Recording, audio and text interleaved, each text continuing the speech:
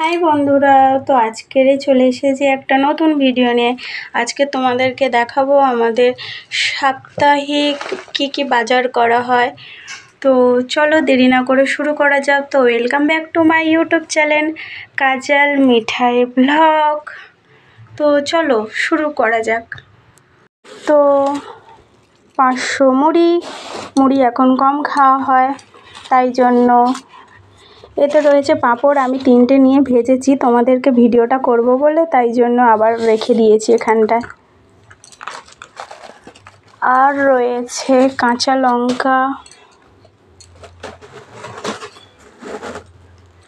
Soybean, চানাচুর, তেলের packet, ডাল। এতে কি বলো তো, ভাবার বাইরে তোমাদের। এতে হলো আদা রসুন, ঠোঙায় করে আদা রসুন দেয়। আর এতে রয়েছে আলু পেঁয়াজ।